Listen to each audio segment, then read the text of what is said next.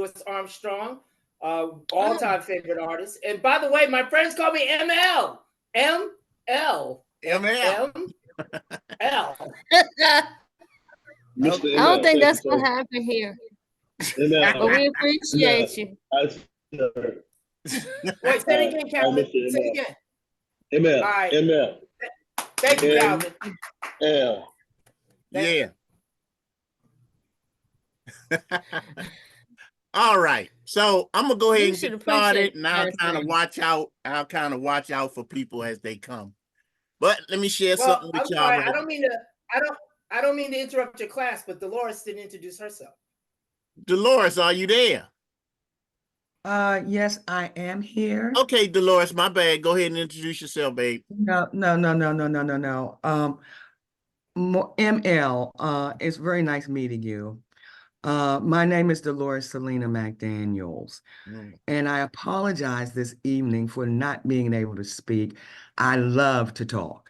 But right now I'm going through this third strain of COVID, and it keeps coming and going back. My body is not in the mood to do it tonight, and I apologize. Oh, but I guess you can see why we call her the voice.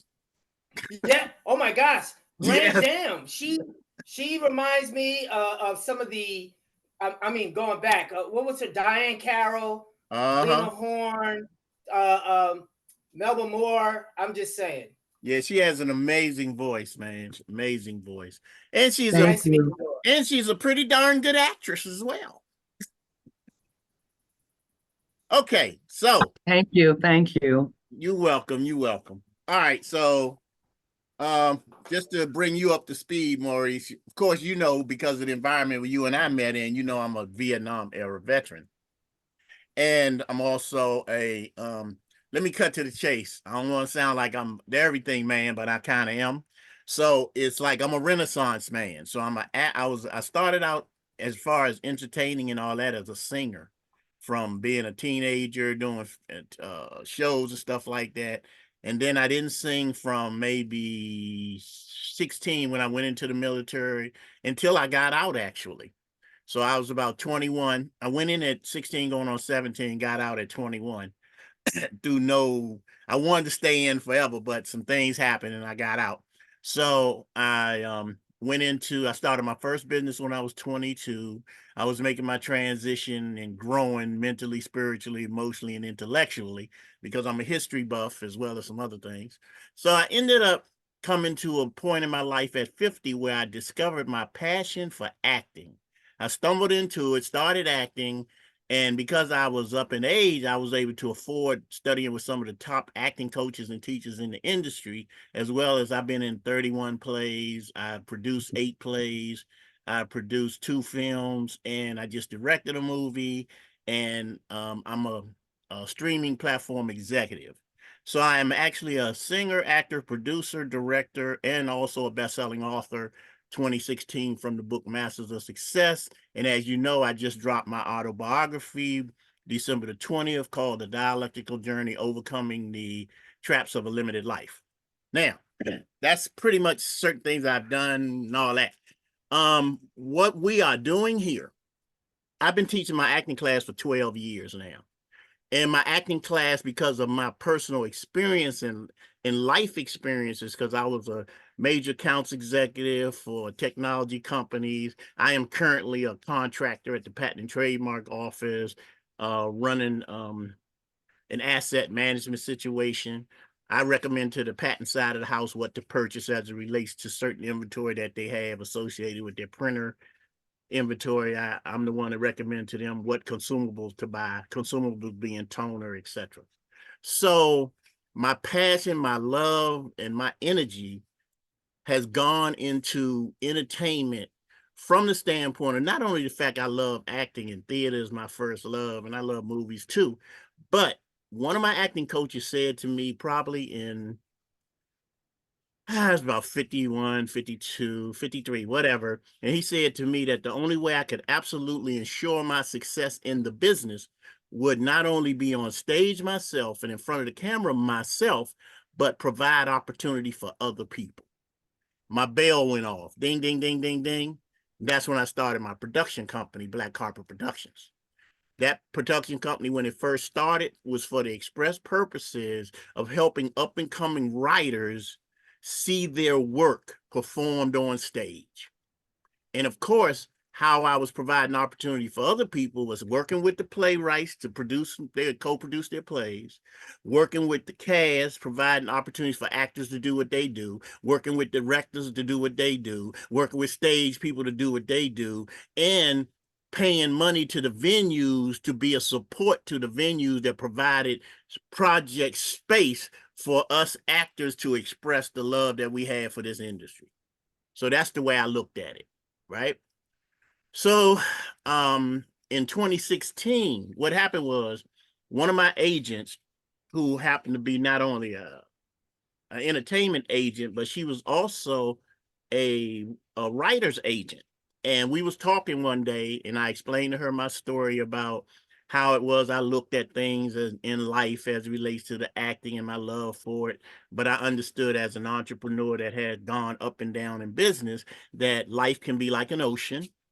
And sometimes that ocean seems calm on the surface, but there are underlying currents that if you're not careful, careful meaning you're not having a specific vision, purpose, discipline, consistency, and a willingness to accept the uncertainty of an outcome, which usually keeps people from moving forward in their lives, you can get caught up in a current that can take you to places you don't want to be in your life, right?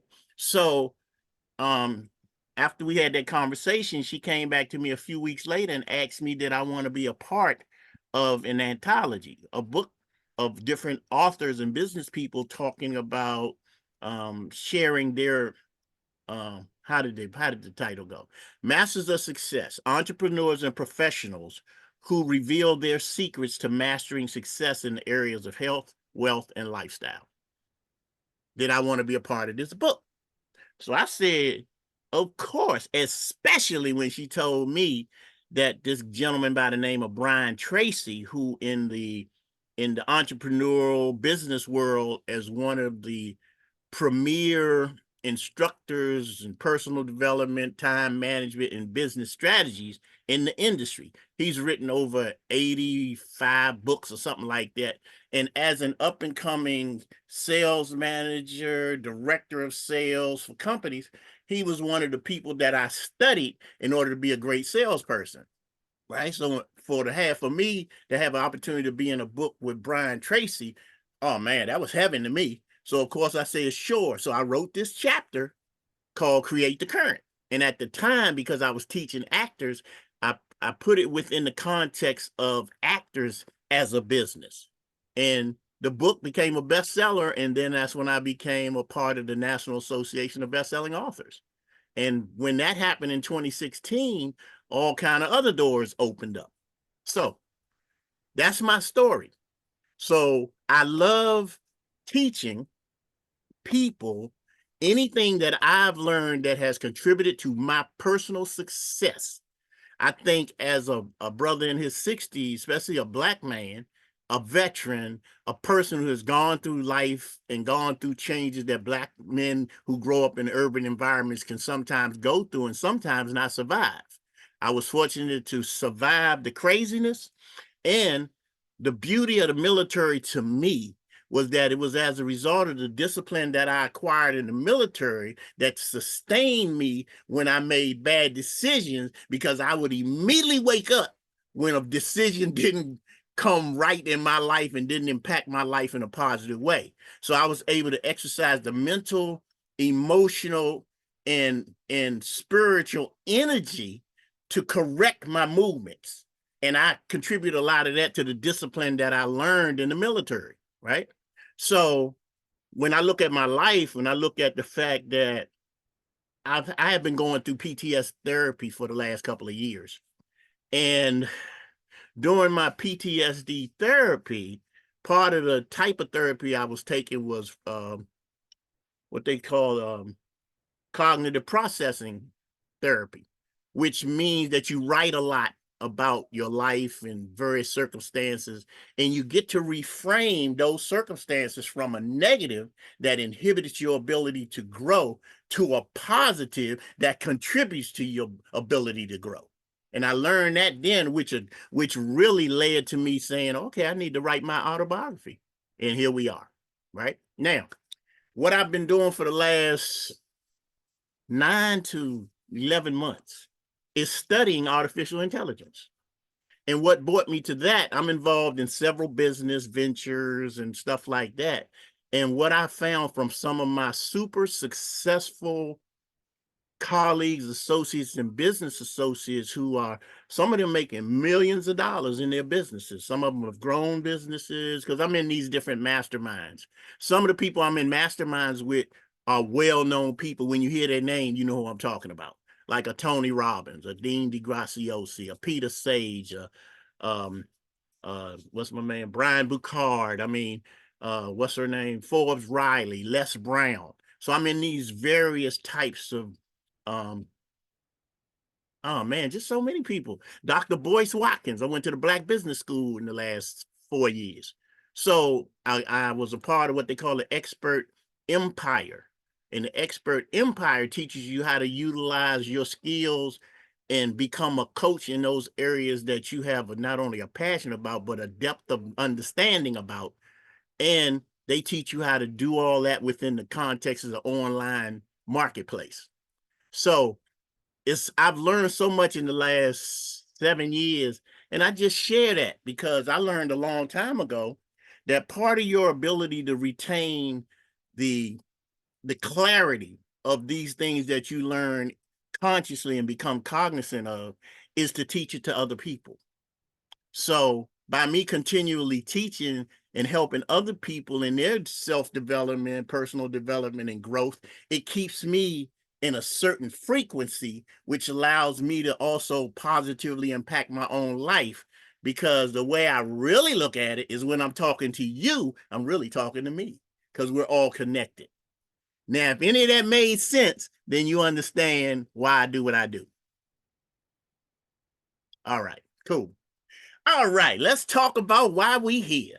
Why we here? We talking about artificial intelligence. I'm gonna turn my camera off because I don't want y'all to be distracted by how I be like, ah. All right. So let me say this. Is this being recorded? Yeah, of course it is. You know I'm gonna send it recording. Okay, so we've been hearing a lot about ChatGPT almost every day, right? But the thing about ChatGPT is that ChatGPT is one of the many applications of artificial intelligence, right?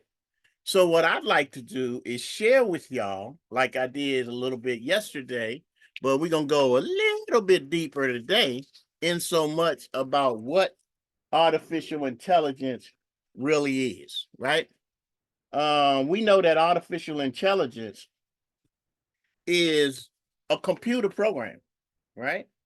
It's a computer program that allows people to interact with machines in such a way that it's almost like interacting with another human being because of the aspects of the algorithm as a part of our communication with it and all of that.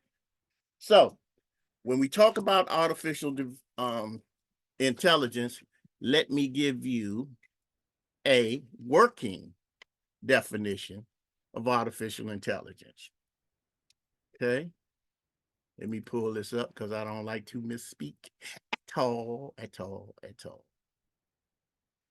I should have hit, y'all got to excuse me a little bit. One of my really close friends passed a few hours ago, and I just found out earlier today. And so I had to go, to the hospital and all that. But I said I wasn't going to not do my class because it not only helps y'all, but it helps me. Sorry to hear that. Yeah, thank you. Okay. Condolences. So first of all, let me ask this question. Did you take good notes yesterday? I think I did. Okay. I just want to make sure you did. I think I did. You think you I did? tried to keep up. Things were going pretty fast. Yeah, I know they were. Okay, hold on 1 second. Where did I put that? I just put it down and moved it from here to there. Okay. Oh yeah, here you go.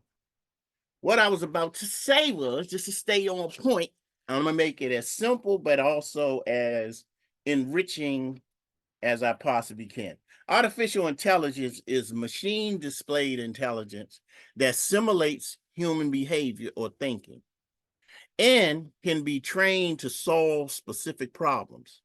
So AI is actually a combination of machine learning techniques and what they call deep learning, which are types of artificial intelligent models, which are trained using vast volumes of data, and they have the ability to make intelligent decisions. So it was in an effort to produce back in the 40s our ability to speak and interact and communicate with machines. And that's the aspect of what they call machine learning, because it has a lot to do with neural networks. Like you got machine learning, deep learning, and you got neural networks, which are the nodes that basically allow machines to access data, which in the 40s, when they first did their experiments of interacting with machines, machines didn't have the data ability to access as much data as it is today because of the higher level of what they call computing, right? So when you talk about the machine's ability to access data, and as a result of its ability to access data, that's what actually is going on when it seems as though we having a conversation with an intelligent machine that almost comes across like a human, is because of its ability to exercise what they call a language model, being able to understand words we use in the semantics and the different ways that we communicate. So it almost seems to us, as we interact with artificial intelligence, that it's like almost like talking to another person. And it's only as a result of it being able to be trained based on the amount of data that it's able to access, which allows it to be based on the different models and algorithms that allows it to almost come across as though we talking to another intelligent human being, right? So let me do this, because I am about to do this. Bam, this is what we talking about. You hear a term, right? You hear a term called generative AI. So let's get a little deeper than I was initially going to get. Let me go here. First of all, artificial intelligence, the theory and development of computer systems that are able to perform tasks that normally require human intelligence, such as visual perception, which lends to the ability that you hear of called facial recognition, speech recognition, which means if you talk to Siri or Alexa, those are examples of the capacity for speech recognition that you can teach a computer to do. And because of decision making and translation between languages, when you talk about ChatGPT, for instance, it's really about the computer's ability to translate from computer language to speaking language, right? So when we talk about how artificial intelligence works, for instance, right? Let's talk about, since artificial intelligence is the simulation of human intelligent processes by machines, especially computer systems, and we just basically touched on specific applications of AI that include what they call expert systems, natural language processing, or what they call NLP, and then speech recognition and machine vision. Okay, now we got a lot of hype around AI, which has accelerated during this period of time because of the computations that machines are able to do now, and the immense amount of data that a computer is able to access analyze, and depending upon the prompt we put in, the prompt is just a question or a statement giving instruction to AI what to give you, or ChatGPT in particular as one of the AI applications, as to what it is that you require of it to address. And because of the nature of it, then you can do all kind of things. But the bottom line is you got language models, what they call how they say that, large natural language processing, right? So as one of the ways, let me cut to the chase. In general, AI systems work by ingesting large amounts of labeled training data or information, analyzing that data for correlations and patterns, and using those patterns to make predictions about a future state. In this way, a chatbot, and that's what ChatGPT is. It's a chatbot that is fed examples of text that can learn to generate lifelike exchanges with people, or an image recognition tool can learn to identify and describe objects and images by reviewing millions of examples, which it does so rapidly. Like the way that programmers program machines to do what they do, it's called the algorithm. The algorithm is really a set of rules as to how a machine would approach a task that is asked to do, or answering a question that you asked of it. So AI programming focuses on cognitive skills that include learning. That aspect of AI programming focuses on acquiring data, creating rules for how to turn it into actionable information. The rules, which are called algorithms, right, provide computing devices with step-by-step instructions for how to complete a specific task. And just so you get a real sense of what algorithm really means as it relates to the rules, when you wash your clothes and you separate your whites from your colors, and every time you wash clothes, you pretty much do that the same way. That's the rule, the pattern, or the human algorithm that we participate in, that speaks to a correlation between a computer's algorithm and what we do as human beings. It's just step by step the way we approach a task. That's what algorithm really means. And when you talk about algorithm from the standpoint of social media, it's talking about an algorithm from the perspective of the algorithm in social media being the computer, whether you're on YouTube, whether you're on Facebook, Instagram, etc. Any social media platform is paying particular attention to how and what you do on the internet, and it analyzes how you interact, and then it hits you back with, for example, if you're on YouTube, Instagram, or whatever, and especially if you go on YouTube and you ask a certain thing about a certain subject matter, and you do that kind of consistently, like if you're a person that watches clothes, watches music, or whatever, you'll notice that commercials come up that sometimes seem as though, how they know that I might have checked that out at another time. I think we all have experienced that, wouldn't you say? So that's one of the things that lend to the fact that the social media algorithm, who's been pretty much paying attention to your pattern of what you look at, what you like, and what you engage with, right? So another aspect of artificial intelligence is reasoning. That aspect of AI programming focuses on choosing the right algorithm to reach a desired outcome. And all of this is what the machine is doing. So self-correction. That aspect of AI programming is designed to continually fine-tune algorithms and ensure they provide the most accurate results possible. So all of these things lend to our ability to interact with AI in such a way that we can get a lot of serious things done, especially in the areas of analyzing information, etc. We're going to come back to that. But what I want to do, I want to go over to specifically talking a little bit about ChatGPT, right? First of all, what is ChatGPT, right? So we know that ChatGPT was created by OpenAI. OpenAI is a company.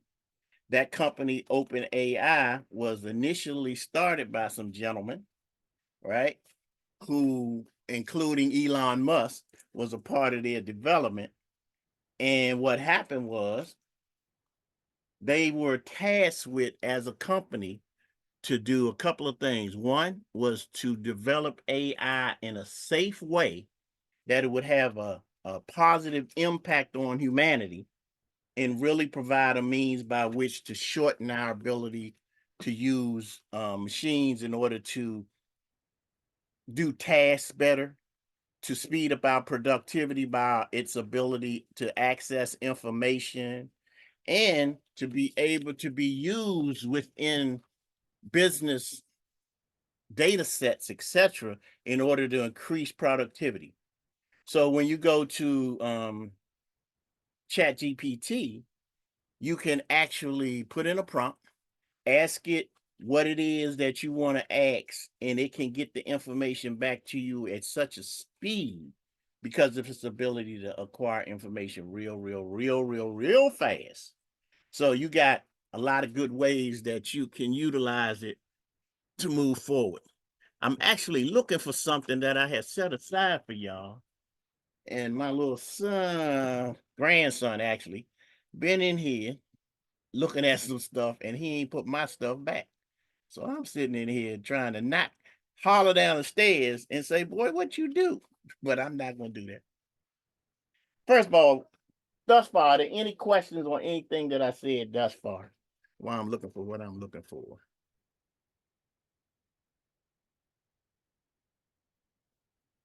Guess not. Okay. Who invented or created ChatGPT? Who was the owner of OpenAI? OpenAI doesn't have one known owner because Microsoft owns 49% of the company and is followed by other stakeholders who own the other 49%, or actually 51%. And the original OpenAI actually was a nonprofit foundation. The CEO of AI is of ChatGPT is Sam Altman. Now, I don't know if y'all heard on the news a while back when Sam Altman, during the time that Microsoft made the $10 million investment into OpenAI, which as a result of that and as a result of what they do as a company, their valuation went up to $29 billion, right? So what happened as a result of that, the board at first freaked out a little bit, and they kind of did the same thing to Sam Altman that Apple did to Steve Jobs. They wanted to let him go because they didn't understand his ingenious thinking at first. And then they brought him back to the success of Apple. The same thing happened with ChatGPT. So Microsoft, it wasn't 10 million, it was $10 billion that Microsoft invested into OpenAI. And that's when their valuation went up to 29 billion. Okay, so one of the questions somebody asked me the other day was, is ChatGPT better than Google, for instance? Because we know we put prompts in, which you've been doing all the time. Anytime you Google something, you actually, that's considered a prompt when you ask it a question in order to get an answer about a particular something that you're looking up. You're actually engaged in what's called a prompt then, but until ChatGPT, people didn't primarily refer to it as a prompt. So Sam Altman, like I say, is one of the co-founders and CEO of OpenAI, the organization behind ChatGPT. He also co-founded a company called Y Combinator. And Y Combinator was a startup accelerator responsible for companies like Airbnb, Dropbox, and Stripe. So Altman is a prominent figure in the tech world. So he was recognized for his intelligence and vision. Now, initially, Elon Musk, he was with OpenAI's board when they first began to go public, right? But in 2018, due to Tesla doing their own AI experimentation, then he didn't want to have a conflict of interest with his work over at Tesla. So at the time, because they was also developing AI technology, then Elon Musk wanted to avoid any type of conflict, so he left, right? So is OpenAI or ChatGPT owned by Microsoft? No, we know. I already told you it's not. Let's see who actually was the inventors of ChatGPT. It was created by OpenAI. OpenAI was co-founded by this dude named Ilya Sutskever, Greg Brockman, John Schulman, Wojciech Zaremba, along with Sam Altman, who became the CEO, right? ChatGPT uses a large language model that's known as generative pre-trained transformer. That's what the GPT and ChatGPT stand for. Generative pre-trained transformer, which allows it to learn very quickly from the input either by text, images, or sound that you put it, because you know you can actually talk to ChatGPT as well as type in prompts. And if you put in an image, which that's another part of OpenAI's development called DALL-E, and that's a powerful AI system too that can generate images from scratch based on what you put in as a prompt, right? So when we talk about who actually created it, it was Sam, Ilya, Dario Amade, a dude named Jeff Dean, who's at Google AI. Dario was the head of research, and Ilya Sutskever was the chief scientist at OpenAI. So when you look at all of these people who contributed to the development of AI as a technology, or ChatGPT as a technology, they are right now one of the hottest, and I do mean hottest, situations in the industry of artificial intelligence. So that's why we hear so much talk about it. That's why so much is going on with it. Now, let me get back to that part of AI that I was about to tell y'all about when it comes to artificial intelligence is the ability of machines to replicate or enhance human intellect, such as reasoning and learning from experience. So artificial intelligence has been used in computer programs for years, but it's now applied to so many other products and services. For example, you have some digital cameras, and this is one of the things when I first started looking at AI, it was as a result of the cameras as a director and talking to the DP, and the DP was telling me how the camera can now actually determine what objects are in the image that is filming.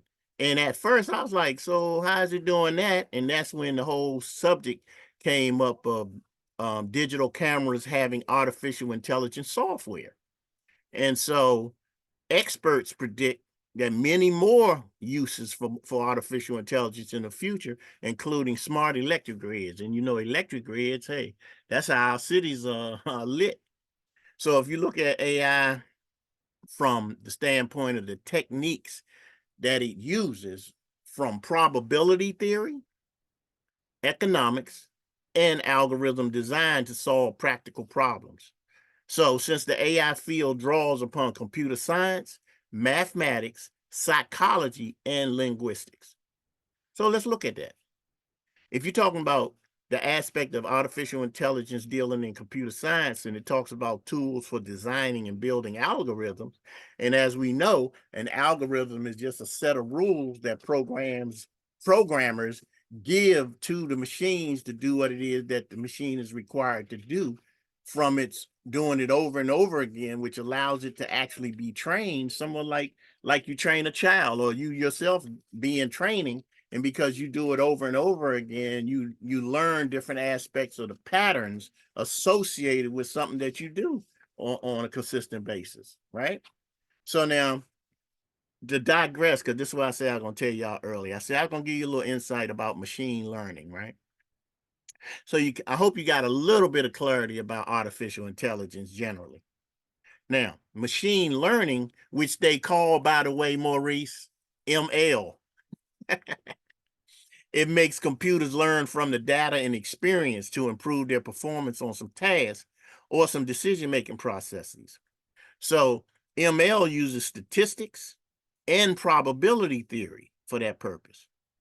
So machine learning uses algorithms to parse the data, learn from it, and then make determinations about explicit programming. So machine learning algorithms are often categorized as being supervised or unsupervised. Supervised algorithms can apply what has been learned in the past to new data sets, and unsupervised algorithms can draw inferences from data. So machine learning, generally, algorithms are designed to strive to establish a linear and a nonlinear relationship in a given set of data. So this feat is achieved by statistical methods used to train an algorithm to classify or predict from a data set. That's as thorough of a definition of machine learning that I can give you at this point. Any questions? No. Okay. Let's talk about the next level, deep learning. Now, we got machine learning. Now let's talk a little bit about deep learning. Deep learning is a subset of machine learning that uses multi-layered artificial neural networks. I'm going to say that again.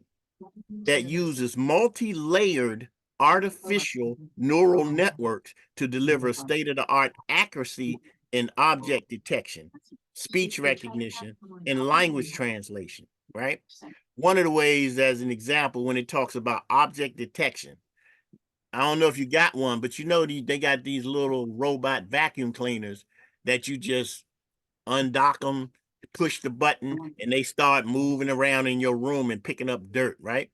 And when they detect the object, what they do is they touch that object, then they move away from it and go some area where it's not being any obstacle.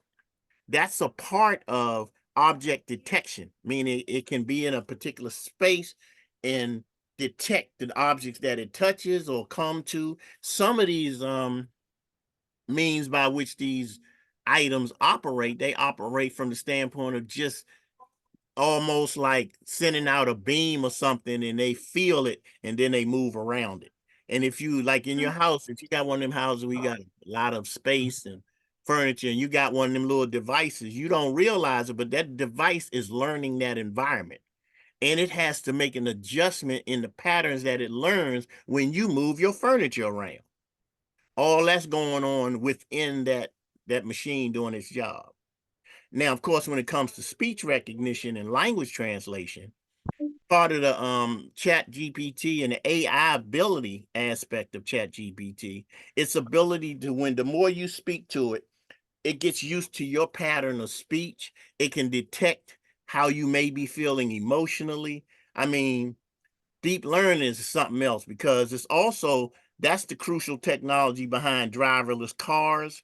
And that's what enables the machine analysis of large amounts of data, for example, to recognize the faces of people who appear in an image or video. Below that, and when I say below that, think in terms of artificial intelligence at the top, and then aspects of how artificial intelligence operates based on whether it's a language model, a machine learning, a deep learning, or what we're going to touch on now, which is neural networks, right? Neural networks are really inspired by biological neurons in the human brain and are composed of layers of connected nodes that's called neurons that contain mathematical functions to process incoming data and then predict an output value. So in other words, artificial neural network learns by example, similarly to how we as human beings learn from our parents, teachers, and peers. They consist of at least 3 layers: an input layer, a hidden layer, and an output layer. And each layer contains nodes. Nodes are known as neurons, which have weighted inputs that compute the output, meaning the performance of traditional machine learning models plateau, and throwing any more data doesn't help improve the performance. Whereas deep learning models continue to improve in performance with more data as you give it, and it analyzes that data and it learns much like we as humans learn from our parents. Did any of that make sense to y'all? All right, I can't hear nobody. Don't speak all at once. It's a lot of words Yes. A whole lot of new words. Yeah. Well, I was processing the neuron part. I started taking some notes, and I got to deep learning uses neurons, and then I just started listening. Okay, well that's a good thing because you're gonna get the I'm gonna send all of y'all this recording. Y'all know that, right? So that way you I didn't know that. Thank you. yeah, Thank I'm you. gonna send. I always have to, cause see when we get to this level of deepness, cause I'm in no way a expert, but I got so many notes and information, and we have actually been applying this information in 2 of the 3 businesses that I'm associated with, and oh my God, it has increased our ability to develop new leads. It has increased our capacity to create the copy associated in the advertising and the marketing strategies that's being employed, which has ultimately returned a situation in which, man, between that from a business standpoint and business function, it has been incredible. I just created personally because of my ability to create books as an author. I was able to speak to the ChatGPT in order to help me develop a 15-chapter book called Behind the Curtain, a theatrical journey, where within that book, it breaks down every aspect, element, or consideration that you would have to take in order to complete a successful theatrical project. And that's why it's called Behind the Curtain, a theatrical journey. And it just breaks down the process to people in a kind of entertaining way. Right? Wow. And that book, when I publish the book, because I'm formatting the book now using another software called Designer, right? And I'm creating some of the images for the book from another software called Canva, right? But we'll get into all these different softwares later on. But when I format this book and put this book on Amazon, this book's sale price, 25 to 35% of every sale goes towards the nonprofit organization, the Actor Center, which is the primary resource for actors, producers, directors in theater and film. I'm a vice president of the board, so that's my way of contributing another means for the nonprofit to make money by creating a digital asset that can be sold in the marketplace, and a percentage of that fund goes to the Actor Center, which is a nonprofit organization. So I do have a question. That's wonderful. Sure, go ahead. Yes, first of all, let me commend you on that. So, you explained to us how your director of photography explained to you about the about the digital camera's ability to perceive objects within its frame. So then you just mentioned to us how GPT is helping you in terms of your next writing project, but how does it apply? How does machine learning or how does any of this apply to modern day acting? Okay, let's answer that question then. Okay, first of all, modern day acting. As an actor, you are a business. Let's get that part. Because as an actor, you're a business. Now, during the strike, part of the issues with the strike from the union standpoint was Hollywood as an industry was concerned with the ability, the creative capacity and the ability that AI provides in such a way. Basically, the better you know about AI, the less you need writers. You know what I'm saying? And so it would impact Hollywood from the standpoint of the writers' rooms that's associated with all of the shows that's on television, right? It would also have an impact on the writers, period, because a lot of these writers, that's how they make their living, by writing scripts, etc. And when the industry looked at it from the perspective of the capability of artificial intelligence and ChatGPT in particular, as it relates to writing, being creative about what it writes, its access to data and how it could potentially create something in a few minutes that a person would have to give some creative thought to and come up with a script, come up with a treatment, all these things associated with writing in Hollywood and writing projects, etc., which now would be impacted by the AI's capability. So they had to put in various rules within the SAG, Screen Actors Guild, within the Writers Guild, within everything associated with creating projects. Now, that's the side of it that I need you to be aware of as to why it was Hollywood writers, producers, and everybody had concern about artificial intelligence. And I'm gonna play something for you, which will give you a greater insight as to statistically the impact on industry that AI has had thus far, statistically, in terms of how many jobs would be quote unquote lost, and but how many jobs would be gained if people acquired the skills to use the technology as a tool. Side note, now I'm gonna answer your question. As a business person, as an actor in business, there's certain activity that we as actors engage in when it comes to creating the content beyond the headshots, beyond our capacity to audition and be prepared for an audition by knowing monologues and having an understanding of both script analysis and character development, which are the foundations of any acting training that you have by legitimate real actors who want to develop the capacity to demonstrate an emotionally appropriate performance in the moment based on the information given to them by the, which is informed by the story.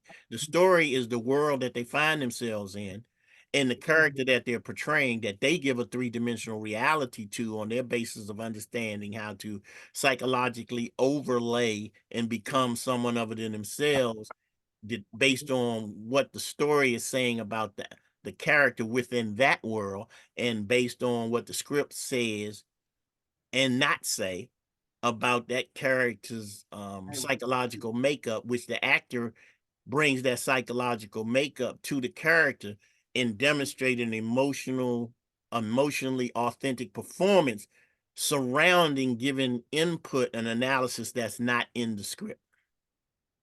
Did that make sense? That part? Because yes, it did.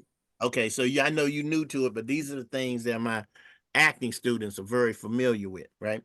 So I was familiar with the writer's strike in terms of not wanting to use AI in the writer's room. I correct. also heard, and I'm not going to drag this out, but I also heard that the actors were a little bit annoyed because there was some proposal by the studios to use digital images of them in perpetuity.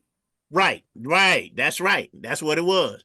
And that was the fact that because of the ability to create what we call an avatar, which would be a digital clone of them in perpetuity, that they wasn't down for. But the studio heads try to push that at first, thinking that these actors were gonna go for that. You know what I'm saying?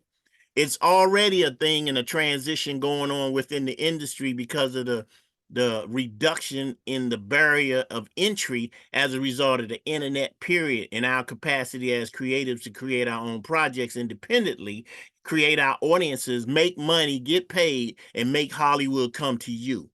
And Hollywood has, that's an area, an aspect of the barrier of entry being low. As long as you have skill, true skills and talent, then you could actually independently of Hollywood create an audience and make millions of dollars without them.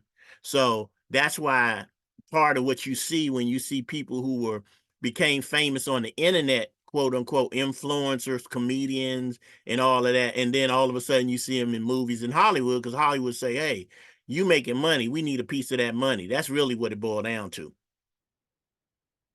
Okay.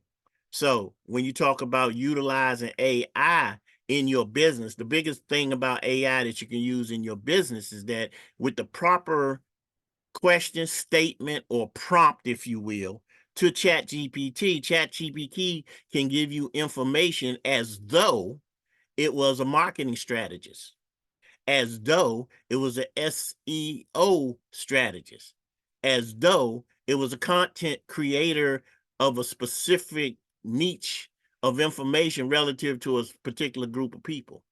So it has all of these capacities to utilize information and create said information so fast that what used to take you as a writer, it may take you a year to write a script with the rewrites and all of that. Whereas with ChatGPT, you can write it within seconds, and then you can edit it within seconds, have everything grammatically correct.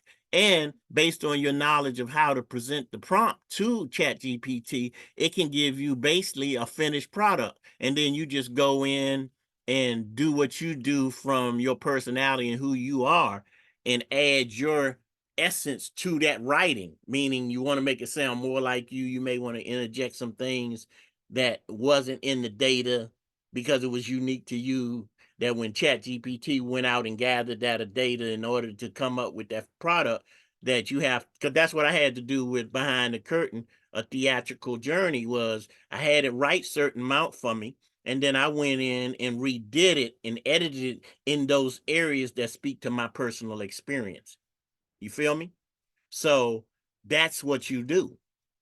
And that it's almost like having a very smart assistant that can do those tasks that you don't want to really spend a whole lot of time to do, and get enough of a product that you then can add your essence and nuance to, that speaks to who you are. It's like not starting with a blank page, which when you don't start with a blank page on a creative idea, it increases your ability to produce the final product. And that's why ChatGPT can be created and used as a tool for productivity. I hope all that answers some of your questions. Yes, it did. Okay. So when we talk about that, that's what's happening. So let's say, for instance, what's the last thing I said about the cars, right? Oh, when you look at some of the other industries, right, which are also implementing AI, for example, in finance, AI helps with forecasting and supports hedge fund investment decisions because of the predictive analytics, or forecasting applies artificial intelligence using machine learning and statistical techniques to make predictions about future events based on previous data, right? For example, you can use forecasting to predict product sales, customer demand, or even stock prices. So one popular example of predictive analytics is Amazon's product recommendations engine, right? Which is also known as, quote, customers who bought this item also bought. You ever notice that when you order something on Amazon? And then whatever you order to give you these other items in some way associated with what you bought, that say customers who bought this item also bought this. That's using predictive analytics in Amazon in order to hopefully get you to buy some other item, maybe somehow associated with what you bought. It uses past purchase data from millions of customers to recommend products based on that user's preferences. Real subtle, but that's an example of the AI at work. In healthcare, AI is helping doctors to diagnose diseases by gathering data from health records, scanning those reports and medical images, and that helps the doctor to make a faster diagnosis and guide the patient for further tests or prescribed medications. In addition, AI can be used in the treatment process by monitoring the patients and alerting their doctors when something goes wrong. And according to Forbes, AI will save over 7 million lives in 2035. You in e-commerce, right? So in retail, AI does everything from managing the stock to customer service chat box, which is the chat box that respond when customers have an issue, and it tells you, like, the chat box comes up and it tells you I'm such and such a, and you put in whatever your problem is. Most of the time, some of the uniqueness of our problems, it come back where they can't answer what we ask. Then they definitely got to put a person on. But in a lot of instances, some of the questions that we have or issues we have, they can be resolved by the chat bot, because the chat bot goes out, it looks at what your issue is, and it looks at all the many ways that your issue has been resolved in the past, and it looks at similar issues like yours, and that's how it seems like you having a conversation with somebody that know what you're talking about. So One of the recent advancements in AI had led to the emergence of a new type of system called generative adversarial networks. They call it GANs, which generate realistic images, text, or audio. Due to their remarkable capabilities, some people are concerned that this technology could replace humans in the future. But I'm not one to believe that, right? All right, so let's jump over and back to ChatGPT. But this time, I'm going to show y'all something, right? Share screen. First, let me pull it up. Because actually, tomorrow night, we're going to go through setting it up. But I just want to show y'all something right quick. ChatGPT. Let me go to my sign in. Okay, here we go. Now let me go to share screen. Since we're talking about it, let me show you something.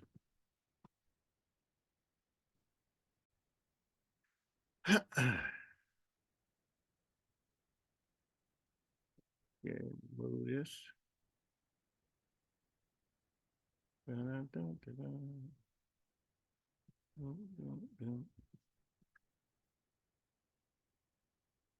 Now, are you using the free ChatGPT or the subscription? Actually, I went from the free one, which is ChatGPT 3.5, and I went up to ChatGPT 4. And it's because I actually have other things connected to my ChatGPT for the purposes of how I do business, right? So, okay. And I'm trying to move this AAPRM out of the way, because this is on my old one, because this is the ChatGPT 4 and this is the ChatGPT 3.5. So I think on this one I'm using 3.5, but I also have the GPT-4. Now I'm trying to see what they got up here. They trying to please use the remove this. Oh yeah, they was asking me something. Okay, see right here. Oh, okay, that's a little bit too advanced. Let me go to regular OpenAI.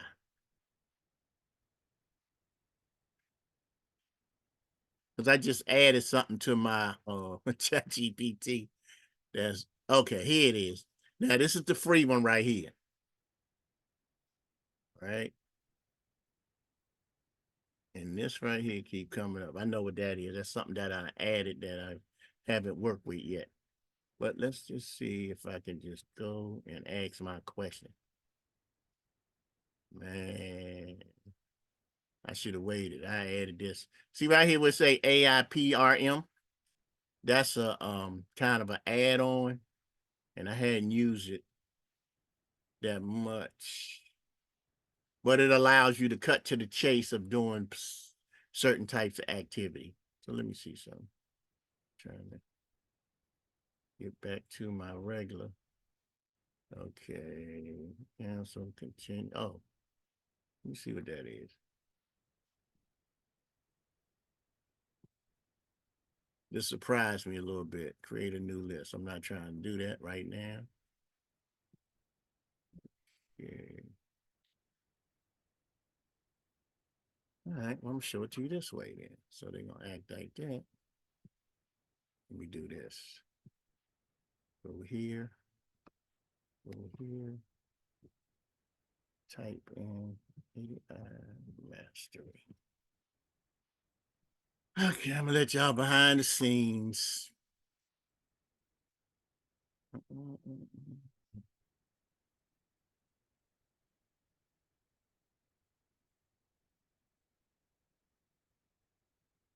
Google AI mastery log. There you go.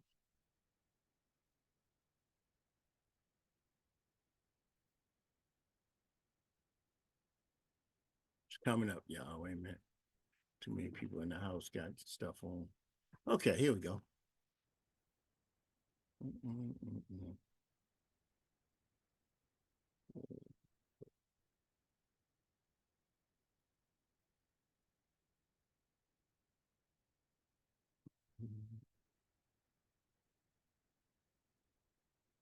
Here it is. That's what I wanted.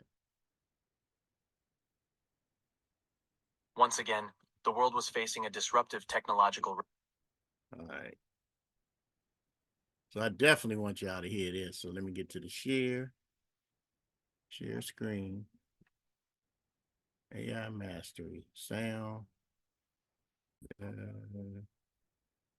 right. Can y'all see that? Yes, it's a globe. All right, there you go. Yes. All right, here we go. Listen very carefully. Once again, the world was facing a disruptive technological revolution. The Goldman Sachs Bank had published a report claiming that if generative AI lived up to its hype, around 300 million jobs would be lost or degraded in the United States and Europe.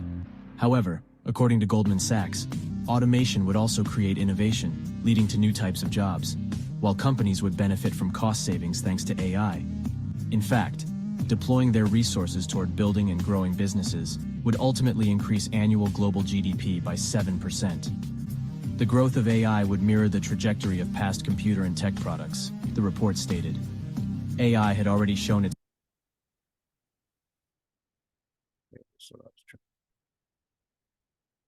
power and influence, as witnessed by the success of OpenAI software ChatGPT and DALL-E. Investments in global AI projects had boomed, reaching nearly $94 billion from 2021 to now. If AI continued this growth trajectory, it could add 1% to the US GDP by 2030. However, not everything was rosy. According to an academic research study published by the National Bureau of Economic Research, automation technology had been the primary driver of US income inequality over the past 40 years. Artificial intelligence, robotics, and new sophisticated technologies had caused a vast chasm in wealth and income inequality, which seemed to be accelerating. For now, college-educated white-collar professionals had largely been spared the same fate as non-college educated workers. People with a postgraduate degree saw their salaries rise, while low-education workers declined significantly. The real earnings of men without a high school degree were now 15% lower than they were in 1980. The report stated that many changes in the U.S. wage structure were caused by companies automating tasks that used to be done by people. This included numerically controlled machinery or industrial robots replacing blue-collar workers in manufacturing, or specialized software replacing clerical workers. Truck and cab drivers, cashiers, retail sales associates, and people who worked in manufacturing plants and factories had already been, and would continue to be, replaced by robotics and technology. Driverless vehicles, kiosks in fast food restaurants, and self-help, quick phone scans at stores would soon eliminate most minimum wage and low-skilled jobs.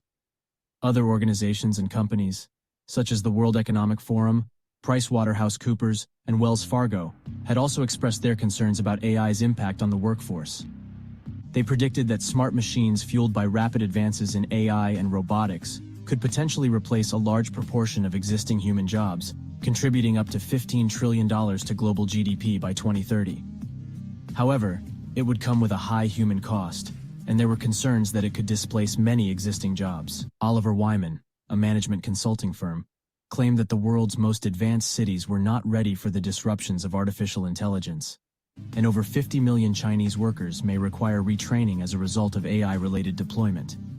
The U.S. would be required to retool 11.5 million people in America with the skills needed to survive in the workforce. Millions of workers in Brazil, Japan, and Germany would need assistance with the changes wrought by AI, robotics, and related technology. As AI continued to develop, the report warned of the possible loss of jobs in a variety of sectors, from office administrative support, legal, architecture and engineering, business and financial operations, management, sales, healthcare, and art and design. While AI proponents claimed that there was nothing to worry about, as we had always successfully dealt with new technologies, the report raised concerns about the quality of jobs in the future. Was that insightful? Very. Mm-hmm. So when we talk about ChatGPT in particular, its impact on the verticals of businesses has been profound, right? Okay, this is something else I want y'all to become a little. What did I do? Oh, here we go. Trying to regulate both of these is hey, a little crazy. Okay, share. There it is. Hit share, and then I'm gonna go down here.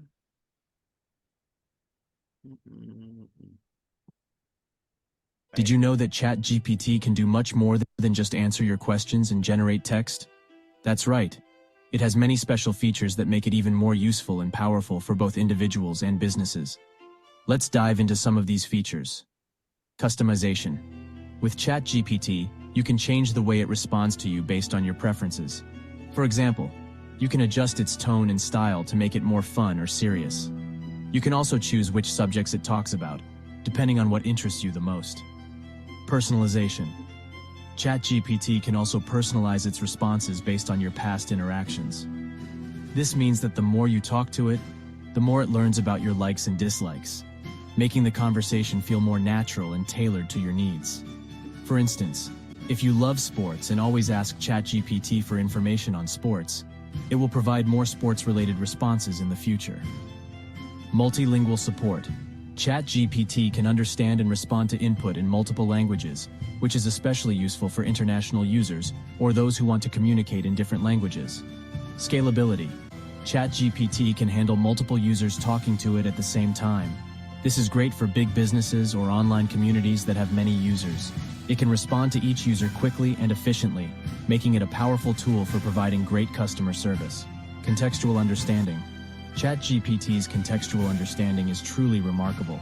It can interpret complex queries and respond with accurate information, even when the meaning of the words is not entirely clear. For example, if you ask ChatGPT, "What time does the movie start?" it will understand that you are asking about a specific movie and provide the correct showtimes. Emotional intelligence. ChatGPT can detect and respond to human emotions.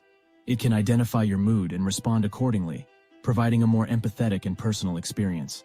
For instance, if you're feeling sad, ChatGPT can provide words of comfort and support, making it not only a useful tool, but also a comforting companion. Multitasking. ChatGPT can handle multiple conversations at the same time. This is especially useful for businesses that need to manage several customer inquiries or support requests simultaneously. Continuous learning. ChatGPT can remember past conversations and use that information to improve its responses in the future. The more people talk to it, the smarter and more accurate it becomes, making it an even better conversation partner over time. Security and privacy. ChatGPT takes security and privacy seriously. It uses advanced encryption and authentication methods to protect user data and comply with various data protection regulations. So, as you can see, ChatGPT is a powerful and versatile tool that can be tailored to your needs and preferences. It can understand complex queries, respond with empathy, and handle multiple conversations simultaneously. Plus, it keeps getting smarter and more accurate over time. All right. So, did you get any insight out of that? Yes. Yes. Thank you very much. Thank you. All right. So, as you can see, that's one of the resources that I have that has contributed to our ability to implement ChatGPT in a couple of the businesses, which I'll talk to y'all. You know what? I kind of like y'all to kind of see some things like I see it as we move forward, because those of us who adapt to using ChatGPT and AI, particularly in whatever area of pursuit that we're in, and we find out how we can utilize ChatGPT to increase our business operation, we're going to be so far ahead of the millions of people that's going to take their time, and they're going to look at it like, oh, this is just some new technology, just like when the internet. See, what's going on now is like when the internet first started taking hold in the late 90s, early 2000s, particularly 2099, 2000, 2001, when the .com bubble burst.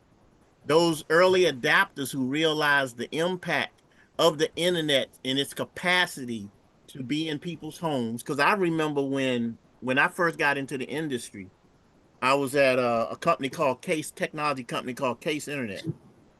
Case Internet was one of the hottest internet connectivity providers in the country because, Can you take that chicken out huh?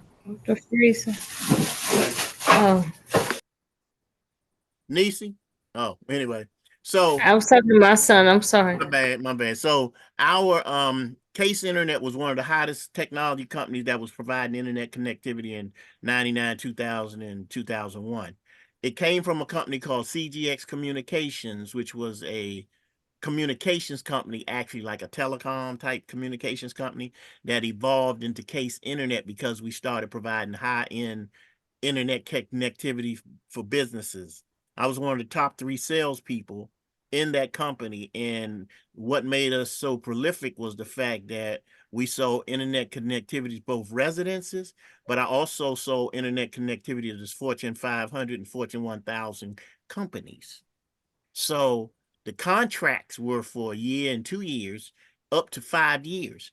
And we made a tremendous amount of money doing that because that's when, if it wasn't no fiber, we was utilizing Quest fiber optic network, which at that time was the top of the line in telecom, like with AT&T, Quest, and all of those folks, who DSL runs across copper wire like your voice does. So it had one part voice, one part data. I ain't gonna get into the specifics of the technology, but using a regular phone line was how they achieved what you call DSL.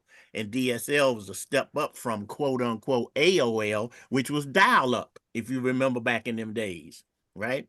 And then it moved over to voice over IP. I remember when voice over IP was an experiment in changing data, from changing it from voice to data and then back to voice on a satellite, which was why they called it voice over IP, internet protocol. Showing your age. Right. Yeah, well, I'm a little old. I'm 60. I'm up here, right? But more importantly, that was not that long ago. This is just 2024. So we're only talking 20 years ago, right? But because of the nature of the internet period and the applications over the internet, right? Which means, like, when you talk about these OTT platforms, that's over the top of the internet, right? Which allows us to not use traditional satellites in order to create a situation of communication, because this is what's really happening throughout the world. It's because of the technology, particularly the internet, and being able to take data, whether that data is visual, right, or audio. That's where you get podcasts from, and that's where you get videos from, is its capacity to stream that data, those images and that music over the internet. So when you talk about fast channels, which is advertising supported regular channels like a Tubi and a Hulu, compared to like an OTT platform, which is you creating a multimedia scenario of being able to provide content to people on their television screens and on their phones. All that has to do with the technology of being able to have, that's the barrier I'm talking about, that's no longer there. Just like when iTunes came up, or when you go back to, what was the name of that, when that white boy had started taking music, I forget what it called. What's that? Oh, that's iTunes, Apple's way of getting Napster. Napster. There you go. Remember Napster, right? And then when Napster came about, that made an easy access to billions or millions of people being able to exchange songs, right? So what we're talking about is understanding how all technology is, if you go back to the Industrial Revolution, up into the technological revolution of today, which we're in a third part, in my opinion, of technological revolution, in the sense of being to access information so rapidly, analyze that information, and then represent that information to something that you want as a human being. You want accessibility to a certain amount of information or a certain amount of strategy, which is where the impact of the technology, particularly as it relates to AI and now ChatGPT, and its ability to impact the socioeconomic situation of improving businesses' capacity to increase their productivity. And their productivity is them increasing their capacity to engage with you in such a way that you will buy their product. And what they're using the technology of ChatGPT for is increasing their ability to create content in their sales copy, in their images in terms of what they want you to see to capture your attention of a particular product that they done found out through the way you move on the internet, what you're interested in, which will make you say, oh, stop and look at it. In our industry, Netflix paid $25 million. Hear me now.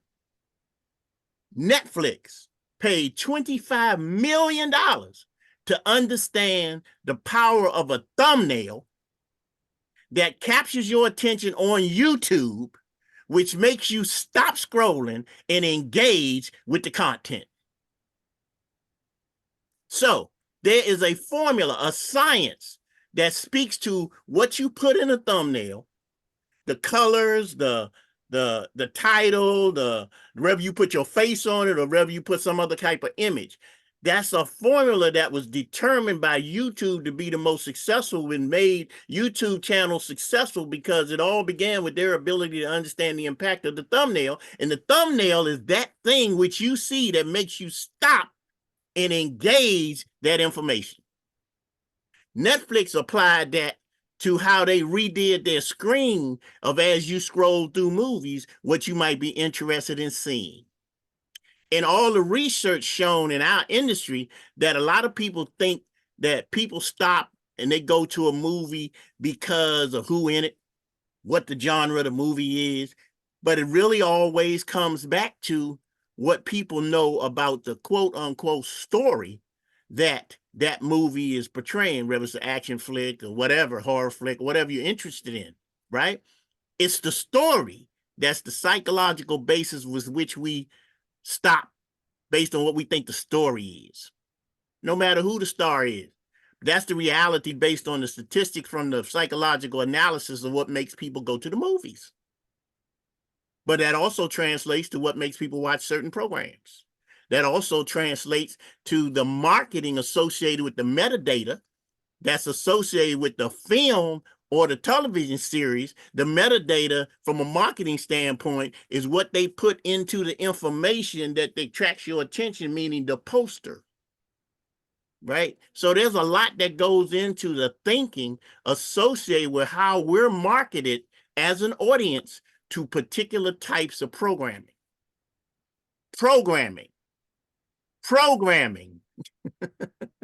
So when you understand programming and the impact of programming on our psychological, the things we become focused and aware of, that kind of determines our perception of the world. Because I mean, I remember a time when I think back when the news seemed more informative about what was going on in the community, in the neighborhood, and around you. And now, what you get leading in the news all the time now is the negative, because they understand the psychology of how the brain operates in terms of what they call your reticular activating system, which And is that's been since 9/11.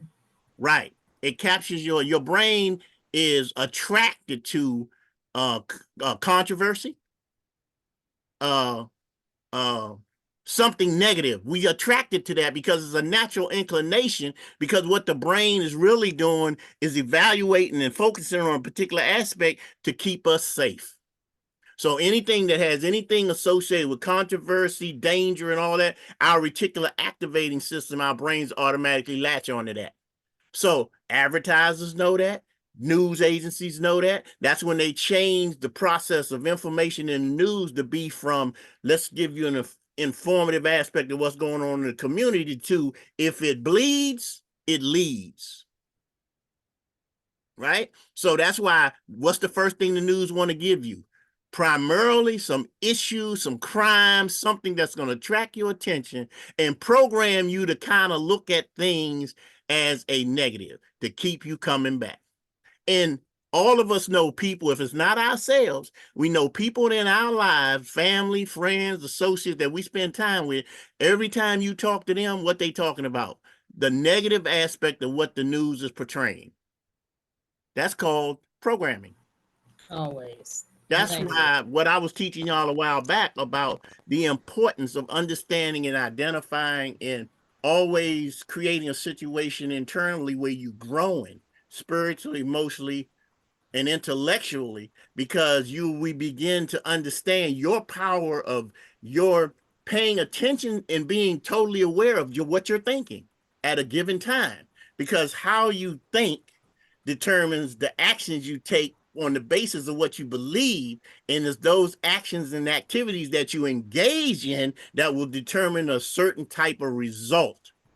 And the better that you are and the higher level of your emotional intelligence, being able to control energy and motion, which is your emotions about how you respond to things, we always have to be quote unquote mindful. And mindfulness is your capacity internally to understand how you move in relationship to things you don't have control of. The only thing we completely have 1000% control of is how we respond or how we decide to act.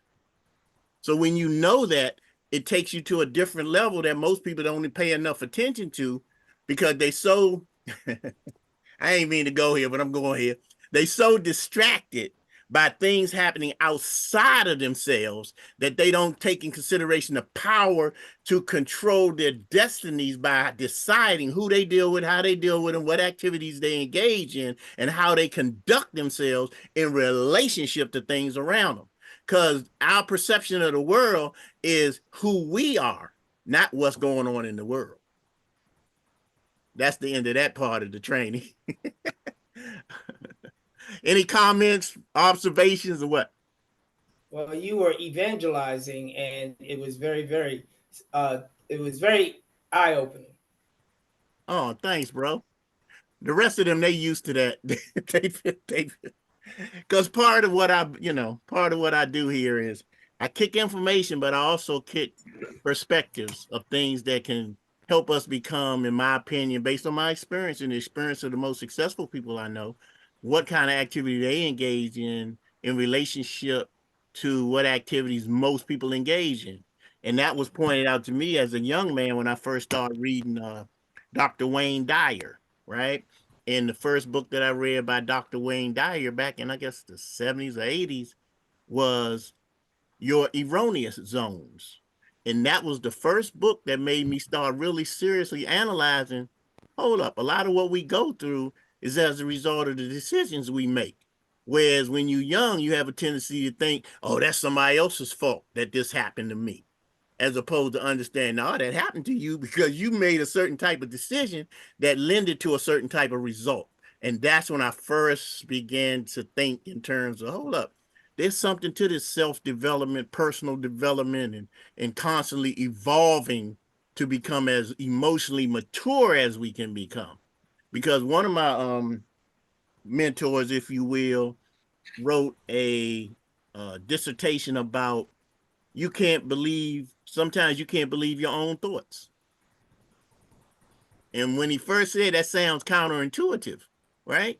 But when he broke it down, it really boiled down to we can't believe our own thoughts sometimes because our thinking is informed by the input of other people and their experiences, laying their experiences on you as a young person to have you thinking the world is a certain way on the basis of, at that time in your life, you're primarily driven by the information given to you by your parents, your peers, and other types of people you associate with.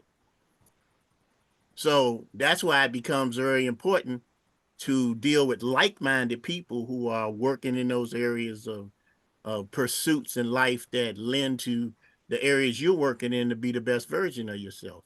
Like that old saying, your network is your net worth. you're the sum of the closest 5 people you spend most of your time with. That type of thing. All those things lend to that. Okay, let me get back to ChatGPT because we got 20 minutes basically. And the reason I'm keeping it to 8:30 because we started a little late.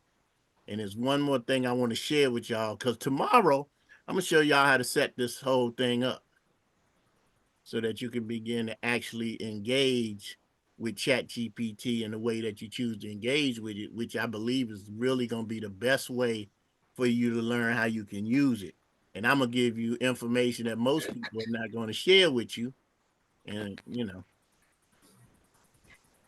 okay, share. Okay, let me use this one. We changed the screen, but I just wanted to get there. In fact, I can't see. All right, let me do it differently.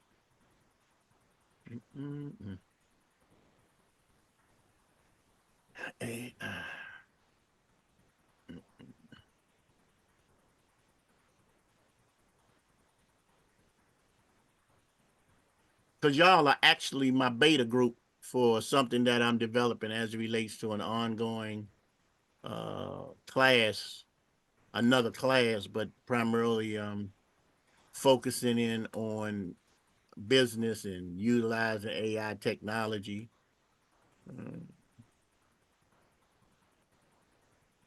Let me give you an example of how to make money with AI.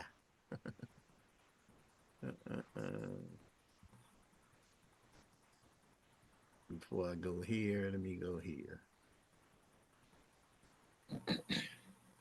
Okay, this is one of the means by which, when you look at AI as for business. Okay. Have you ever heard of SEO? All right, hold up. Yeah, we heard of it.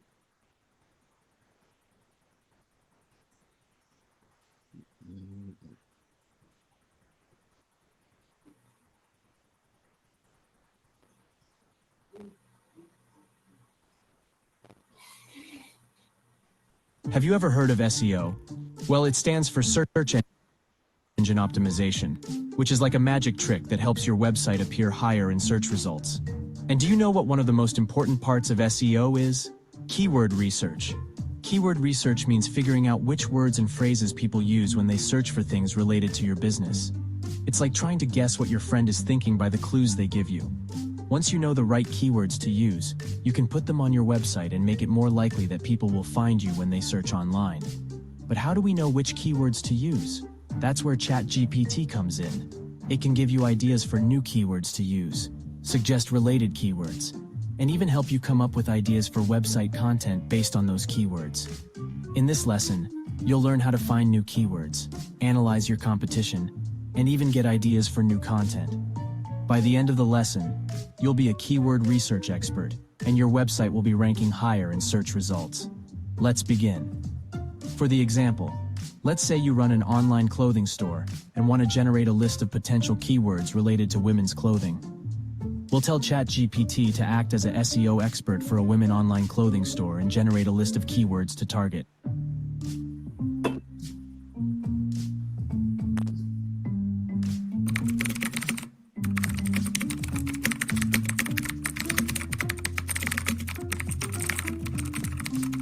Great start. Now we want to identify some long-tail keywords. These are specific and often more detailed phrases that users enter into search engines. They are important because they can attract highly targeted traffic to a website. Let's tell the chat to generate long-tail keywords for me, using the list he gave us above.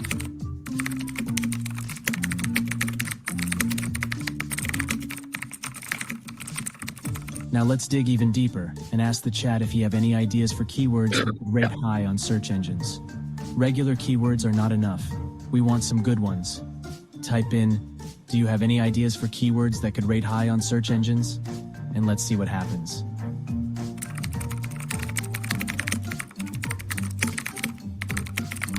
Great. Now let's take all the keywords we got and ask ChatGPT to give us content ideas based on it. Type in, act as a content writer and generate me ideas for 10 different blog posts for my website. And the chat will give you some great ideas you can work with.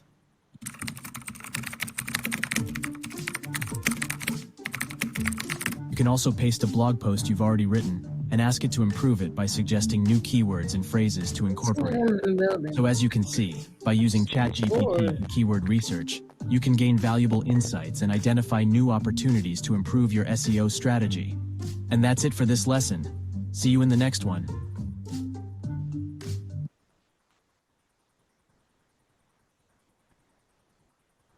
All right, Adiyb, let's have a conversation driven by y'all.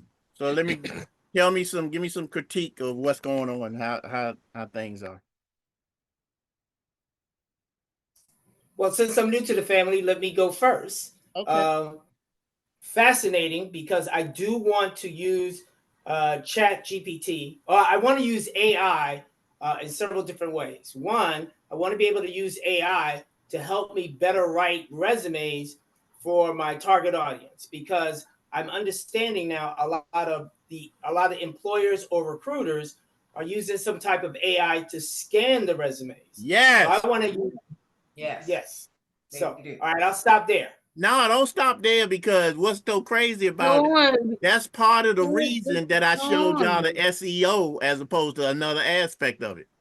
How SEO is very important. Yes, they spoke to SEO from the perspective of your website, but keywords in different situations, particularly as it relates to industry resumes, because they're using AI, is going to be very important. So it just killed me. It just because see, I'm gonna share this with you. And I don't even think I told my class this. I think they intuitively know it, but I am somewhat of a business strategist, right?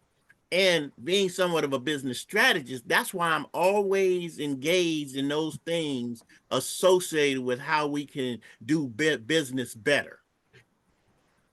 And AI has been a complete whirlwind of opportunity for all of us, whatever we're doing, to do it better. And that's so I appreciate that, because I have been on the other side of the strategy. I've always been a cog in the machinery, and I don't want to be the machinery, but I want to be my own strategist.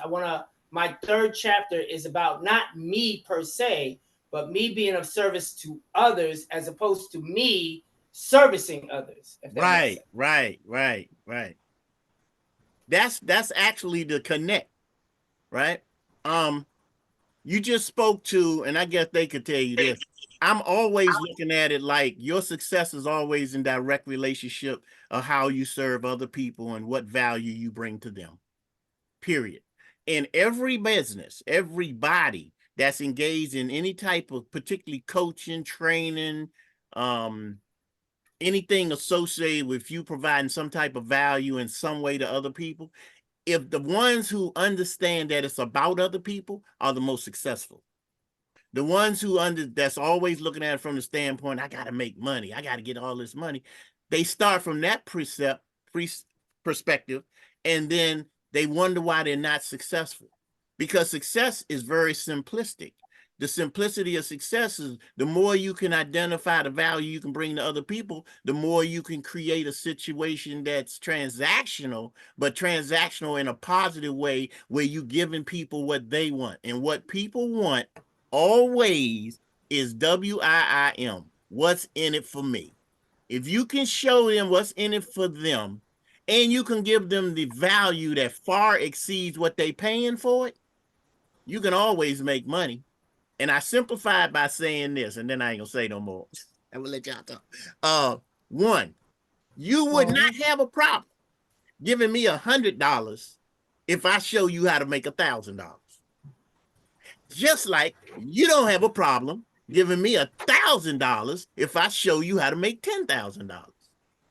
Just like you don't have no problem giving me $10,000 if I show you how to make $100,000. Just like you don't have no problem giving me $100,000 if I show you how to make $1 million.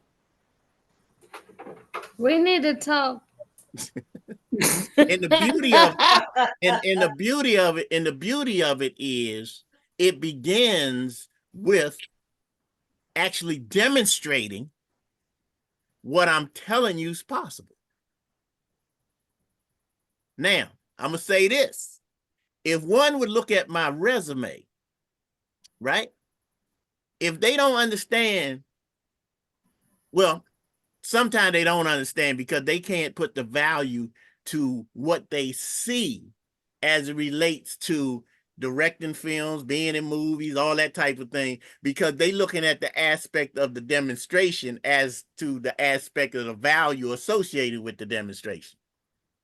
So there are a lot of people making a lot of money, and they not a Denzel, they not a Samuel Jackson, they not a A-list actor, but if you look at their resumes, they making money. Just like a lot of people don't know, it's said so many times that Samuel Jackson has been in more profitable films than anybody in the industry. And sometimes they don't put the two and two together because of the fact that he was in these films before his personal brand got to where it is now. Because of Marvel and other projects that he's been in that brought a great deal of notoriety to his acting skills. But Sam been making a killing for a long time. Right? So, like, you know, we usually don't get into what I'm gonna actually show y'all some stuff at one point, but we don't get into the finances associated with it. But we assume that if you know the industry, if people achieve certain things, then you know they get money. But when you're a coach and a teacher, you don't want to talk about the money. You want to talk about the process of getting there. You feel me? Because I would never want one to feel as though I'm doing something they can't do. And the reality is everything I've done, I tell everybody, everything I've ever that you see me have achieved, I did not do it by myself. There was a team of people, like Taraji was crying about the other day. There's a team of people that you got to pay in order to achieve some of these opportunities that you achieve and get. There's a whole team of people, like she said, you get $1 million, that's not really $1 million. Because the agent that got that job for you got paid 15 to 20%. And that was off the gross, not off of what you got after taxes. You feel me?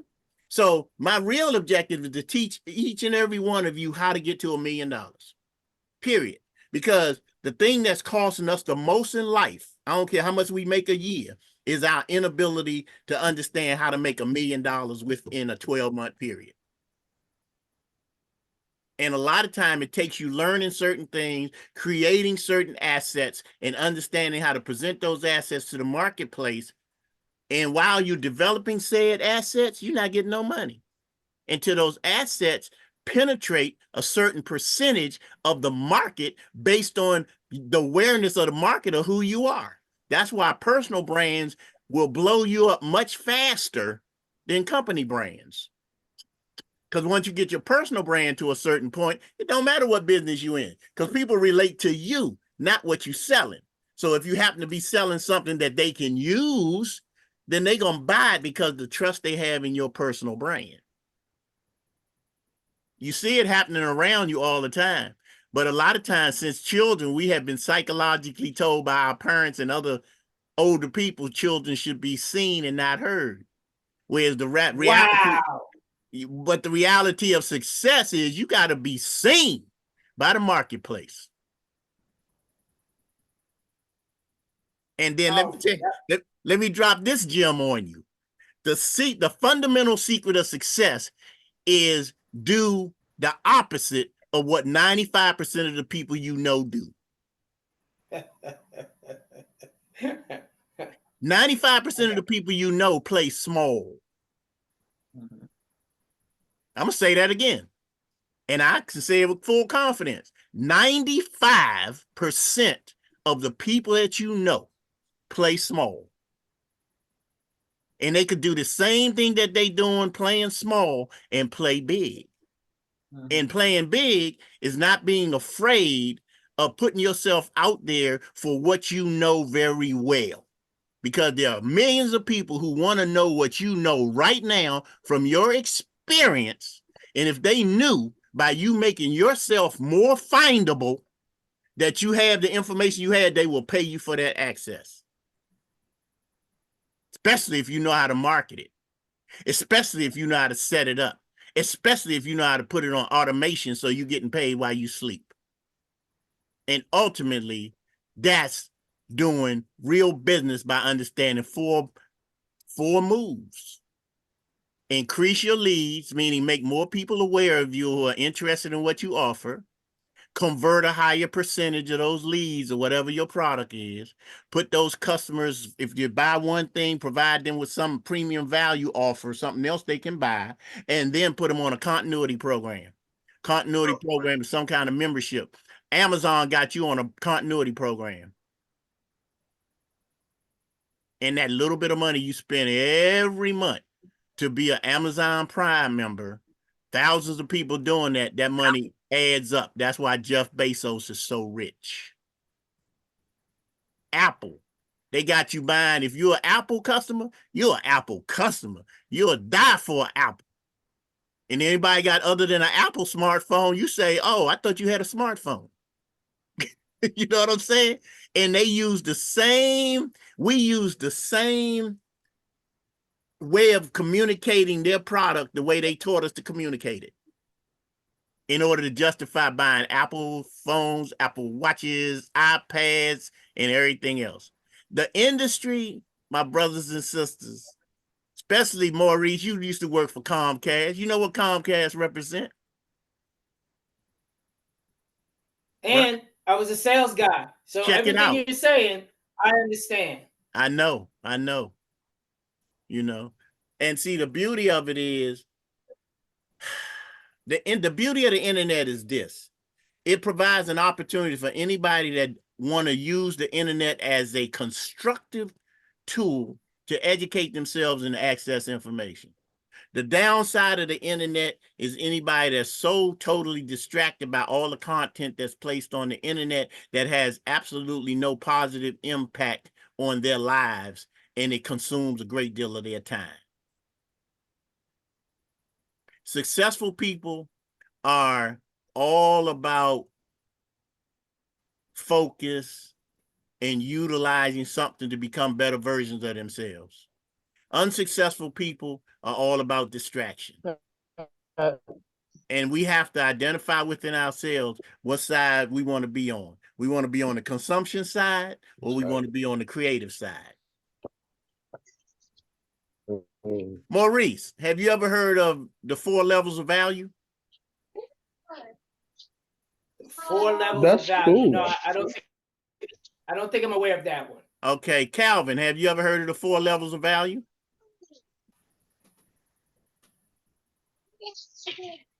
Calvin. He might be preoccupied. Yeah, it sounds like he preoccupied. No, I'm here. I just got a couple seconds. Yeah. So actually, right, have you ever heard of the 4 levels of value? Yeah, I went and looked at the brothers, him describe it. Myron. Yep, I went and looked at it. Yes, I did. All right. So with that being said, Maurice, Myron Golden is one of my mentors. I'm actually in a mastermind group with Myron Golden, who's a multimillionaire, successful entrepreneur, speaker, business coach, and strategist who teaches from a biblical perspective of what value in real business is. So he teaches the Bible from not a religious perspective, but from a biblical perspective and the principles associated with what the Bible teaches that is all about abundance. And he's not a prosperity preacher, but he's a legitimate, conscientious, loving businessman that uses biblical principles to elevate your game. And when I started studying some of the stuff that Myron teaches, my game elevated 1,000%, and I was already doing well. You feel me? So I'm going to tell you what the 4 levels of value are real quick. There are 4 levels of value. One is the first level of value is implementation. Implementation means you're the person that do the thing. Whatever that is, that you use your physical capacity and energy to do, which is usually exchanging time for money. That's the first level of value. And you usually can make somewhere between minimum wage and about $80,000 on that first level. You make minimum wage if you're in a fast food joint or a waiter or something, and you make about $80,000 if you're a mechanic that works on high-end Mercedes and cars. You follow me?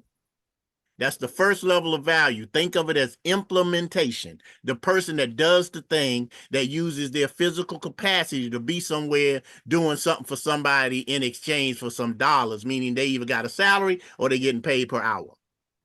You can't create wealth doing that, right? The second level of value is what you call unification.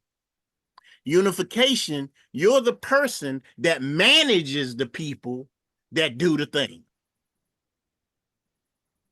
So that means you can't create wealth on that level because you're the person that manages for the company those people who implement and exchange their time for money, which means they may pay you a little bit more money, but your job is still tied to the time that these people do what they do in exchange for the money they getting paid.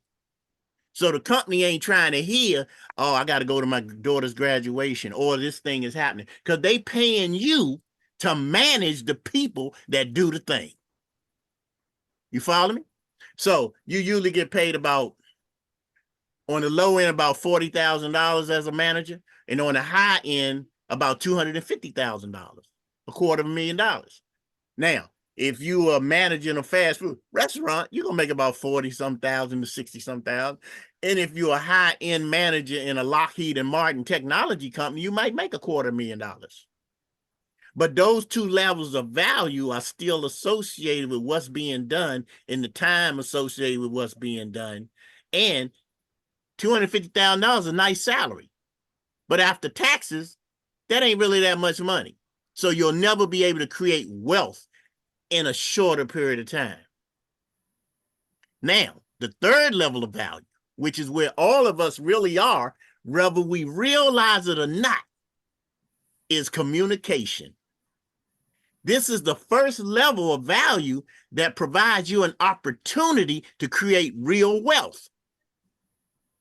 Communication. What's your resource? Your mouth, your communication capacity, your ability to create messages that move people to do a certain thing. Right? You make anywhere from 250, 300, 400,000 to $1 million, maybe a couple of million, because you're high-end actors, you're high-end writers, you're high-end car salesmen that sell Mercedes and Rolls Royce and all that. These are people who communicate, and they create the type of cash flow on the basis of the messages that they create, that you're really on that first level of beginning to create real wealth if you do it consistently. Now, from a communication standpoint in the arts and entertainment and education, right? Then if you are a person that creates songs, you get residuals. If you write books, you get residuals. If you do publishing, either in music or literature, you get residuals. If you're in a great movie, you get residuals. If you're a director, you get paid a substantive amount and you get residuals, right? If you are, and you see it done already. Why you think Jay-Z is a billionaire now? Why Rihanna a billionaire now? Because they came up in an environment where they made a lot of money creating songs and entertainment and performances that moved millions and millions of people who were buying their products, right? And then Jay-Z started hanging out with Warren Buffett and other people like that. And then he decided, oh, let me use a lot of this money, which is talking about the next level, where you make billions up to maybe trillions if you really got it going. But let's say $1 billion is the level of imagination where you utilize two resources, your mind and your money, to make more money. So the first level is implementation. You do the thing. The second level is the unification. You manage the people to do the thing. The first level where you begin to create real wealth is communication. And the third level, or the fourth level, where we all want to be, is imagination, where we made enough money to create opportunities to be a part of collaborating with other people in order to create businesses that become fantabulous profit centers, right? And our ability to take our money and invest our money in appreciable assets. That's doing the thing. And that our money works for us as opposed to us working for our money. And the first place you really can begin to create real wealth when you understand those 4 levels is this level of communication. That's in essence, from a business standpoint, why I put all my energy into acting, producing, directing, and writing. Because everybody's doing a thing. Well, really, it's because the math is the math. A $20 book, if you sell 50,000 copies of a $20 book, that's $1 million. If you sell 5,000 copies of a $200 product, that's $1 million. If you sell 500 copies of some type of $2,000 program, that's $1 million. If you sell 50 $20,000 items, products, or services, that's $1 million. You follow me? Because the math don't change. The numbers speak for themselves. And it don't matter how long it takes you to get there, because once I'm going to tell you, once you get to that first million, the rest of them going to be so damn easy, it's going to spin your head. And I ain't saying no more about that. But that's the reality of it.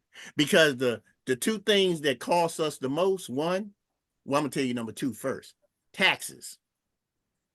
You pay an average of 51%. I don't care what tax bracket you think you in. You pay 51% in taxes. So if you make $1 million, 510,000 of that million is going to Uncle Sam in some way, because you're going to pay income tax, property tax, sales tax, estate tax, right? Now, the thing that's costing us the most, whatever amount of money we make a year, and I'm giving you an example, $1 million minus what you make a year. So if you make $120,000 a year minus from $1 million, it's costing you every year you're not able to make $1,880,000, not throughout your life, $880,000 a year. Wait, so you're saying 1,800,000? Nisi, I'm asking. What you asking me? You're saying 1,800,000 every time you cannot make 1,800,000 some odd dollars a year. Listen to me. Let me break it. Let me simplify it for you. Okay. You got a pen. Okay. You got a pen and pencil taking notes, right? I do. All right, write down $1 million. Okay. And then subtract 120,000 from that million. Okay. That's $880,000. Right. So if you make if you make $120,000 a year, what's costing you is your inability to make $1 million. Meaning that you don't have the knowledge to make $1 million. Okay. So because you won't take and this is not saying you, but an allegorical you. If I get it. Right. I know you're not focusing on me. Right. If you don't take the time to learn the skills necessary to generate a minimum of $1 million a year, then it's costing you. If you make 120,000, it's costing you 880,000. You make 100,000, it's costing you 920,000. I mean, whatever you make a year, minus $1 million, subtract it from $1 million, and that's how much it's costing you by not knowing how to make the million. All right, y'all. So it's 8:38. Are there any questions, observations, or statements anybody want to make about this class this evening? Because I need y'all input so I can make it better and better. I wouldn't change a thing. I wouldn't either, and I like the information you're giving us. That's hold up. I'm not talking to y'all. Y'all been with me too long. That's how y'all feel about me. So I'm not talking to y'all. Here's what I would say, and I said this last night, is when you talk about these different products, it's nice to have.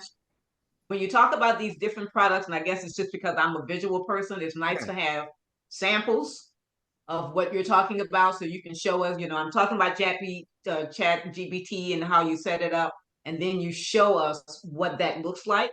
There you go, Brenda. For me, Thank you. that's more impactful. And she's right. And you're right, Brenda. And that's what I'm gonna do more. I'm gonna walk y'all through. So I'll make sure I walk through y'all. I'm gonna have to go. And then not only that, show us how we can get into this. You're already in it. You just gotta demonstrate. Because see, you're already in it because we connected and I'm sharing it with you. Right? Okay. So you're actually already in it. So understand and appreciate the process. 1, everything takes time. 2, everything that's unfamiliar with you, there's a certain amount of anxiety associated with the uncertainty of the outcome of whether to work for you until you actually in the process of doing it. And once you begin to do it, the nuances and the experience will take care of itself and getting you where you need to be. You'll like that, like this time next year, if you follow through with this AI training that I'm providing, and especially if you join my $97 a month yearly program, by the end of that year, you'll be such an expert at a lot of different aspects of how to create profit centers and income streams that you'll absolutely unequivocally never have the excuse of being broke, other than the fact you just won't do some shit you know. That's I don't want advertisement for $97.95 a month. You too. I don't want to be broke anymore. Yeah, that was really what that was about. That's the reality of it. Because if you knew how much money I have invested in myself just to get to where I am, you would understand why it's valuable. And I know you invested a whole lot more before you got. Well, and that's the other thing. As you know, as you share this information with us, like you talked to us yesterday. So during some of my downtime today between work, I just kind of went on YouTube and started looking at, what really is ChatGPT and how can I actually utilize this and what I plan to do in my future. Mm-hmm. So you still have to kind of invest in yourself outside of what you learn. Thank you, Brenda. I know, but that's why you're such a successful actress, because every time I teach you something, you go do it. So that's I don't got no downtime at my job. I have but you will have. You'll make time for what you need to make time to. If you do the analysis of what you want to. I was running around like a chicken with his head cut off all day. All right, I got you though. Yeah, Dolores. Can I speak? Sure. Oh, no. They want to talk. No, you cannot. When I try to speak, they just talk.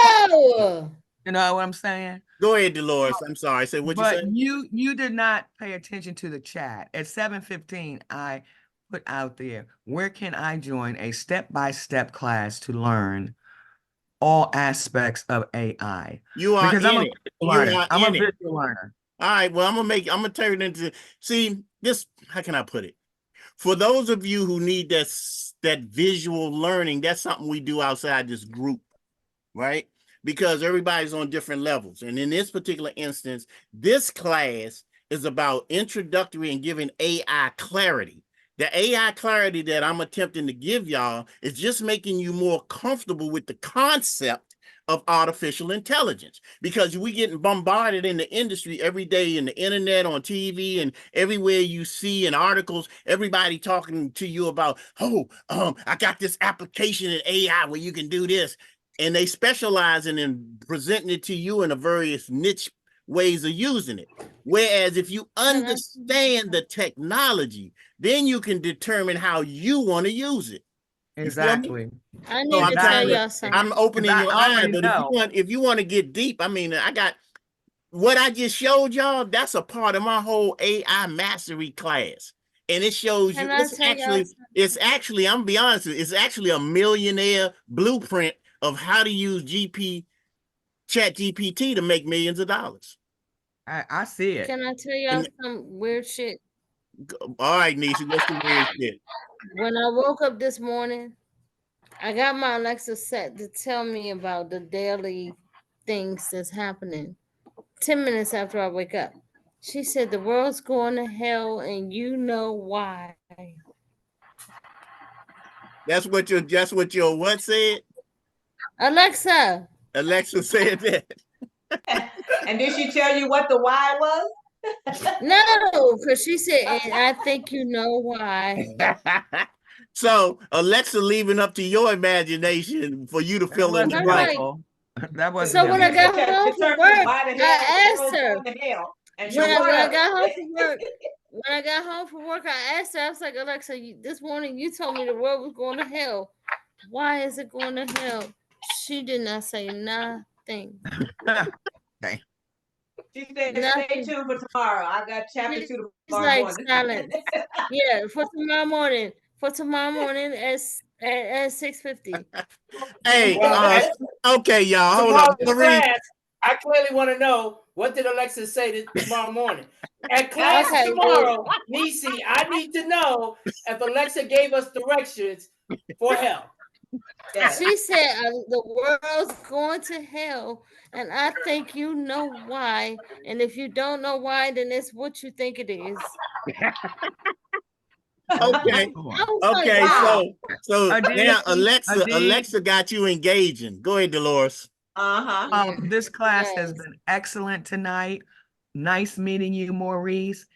But I have to say good night to you all. Good night, babe. Have a good. I hope you feel better, Dolores. Feel better, Dolores. Yeah, I hope you feel better. Okay. Tea with lemon. Tea with lemon. That's what I use. Ginger root, lemon. Ginger. Right. Some ginger. Yeah. I got it. Thank you. Stay away from Alexa. Honey. All right. Stay away from Alexa. See you later, Dolores. I love Alexa, honey. We best friends. I thought me and her was too.